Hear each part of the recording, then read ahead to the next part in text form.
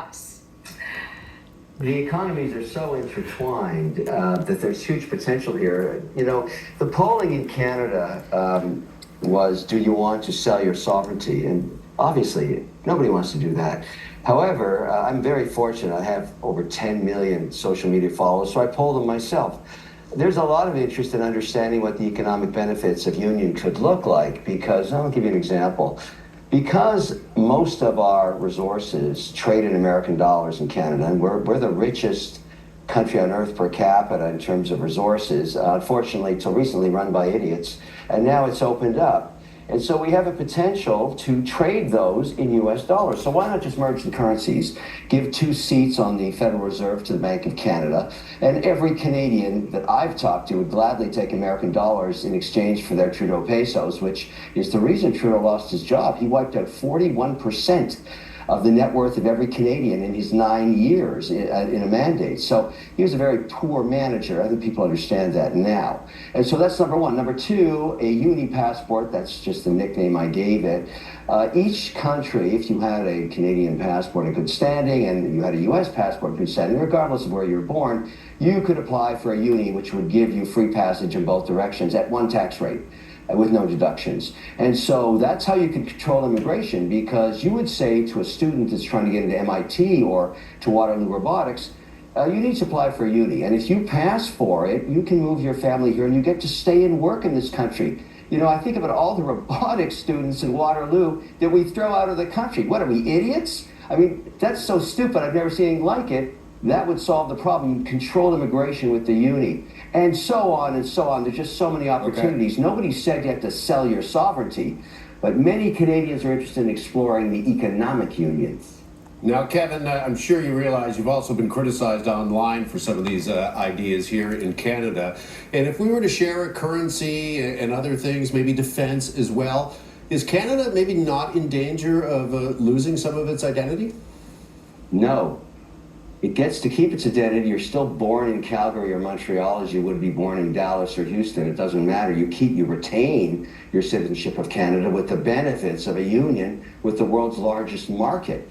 The other key to this, and this is very important, is you have to remove all tariffs, not just north-south, but east and west. You make wine in BC, you can't sell it in Ontario or Quebec. Vermont, we spend $5 billion subsidizing Quebec dairy products that we throw out. That's money coming out of Alberta that funds the waste in Quebec. That all has to go away. You have to be able to trade butter and eggs with Vermont, north and south. That actually makes a much more productive economy and a lot less waste. And I think most Canadians would appreciate that. You know, the devil's in the detail. You've got to negotiate this. And one of the things I mentioned to Trump when I saw him last weekend was, give Canada a chance to elect its new leader. These meetings you had with Trudeau and his ministers were a complete waste of time. That was Saturday before Trudeau quit. So it was nascent that on Monday he would be gone. But now we need a few months, and the parliamentary system is swift in putting a new leader in place with a majority mandate, just like President Trump has. And then the negotiations can begin. And I'm hoping that didn't land on deaf ears, and we'll see. But obviously, all the rhetoric going back and forth, the one voice of reason that I really appreciate is Danielle Smith out of Alberta. She is saying, look, we understand Trump is bombastic, and we're in a marriage with the United States, and sometimes married couples disagree. We're not dating, we're married.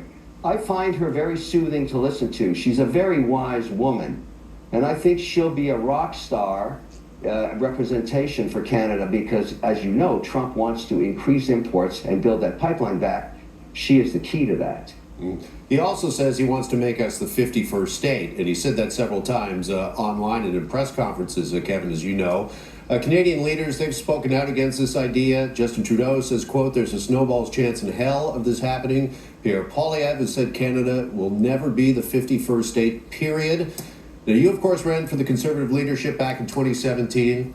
Had you won, would you be willing to make Canada the 51st state and become a governor rather than be a prime minister?